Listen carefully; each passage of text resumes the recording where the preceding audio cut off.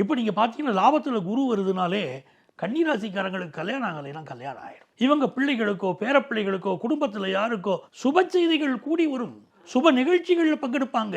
அதாவது திருமணம், காதுகுத்து, வளைகாப்பு, சீமந்தம், சஷ்டியுப்தமூர்த்தி, சதாபிஷேகம் என்று சொல்லி என்னெல்லாம் மங்கள செய்திகள் உண்டோ இவர்கள் காதுகளுக்கு வந்து கொண்டே இருக்கும். இன்னும் சொல்லப்போனால் பராபவ ஆண்டு பிறப்பதற்கு முன்பாகவே அந்த நல்ல பலன்களை இவர்கள் கேள்விப்பட தொடங்கி விடுவார்கள். அவ்வளவு நல்ல வருடம். இன்னொரு புறம் பாருங்க, இல்லற வாழ்க்கை. பொதுவாக இல்லறம் என்பது நல்லறம் அப்படின்னு சொன்னாங்க இல்லையா? அந்த நல்லறம் இருக்கணும். நல்ல மனைவி, நல்ல மக்கள், நல்ல குடும்பம் அமைவது தெய்வீகம் என்று நம்முடைய கவிஞர்கள் சொல்றாங்க. அப்போ 2ஆம் இடம் தான் இவருடைய இல்லற வாழ்க்கையை குறிக்கக்கூடியது.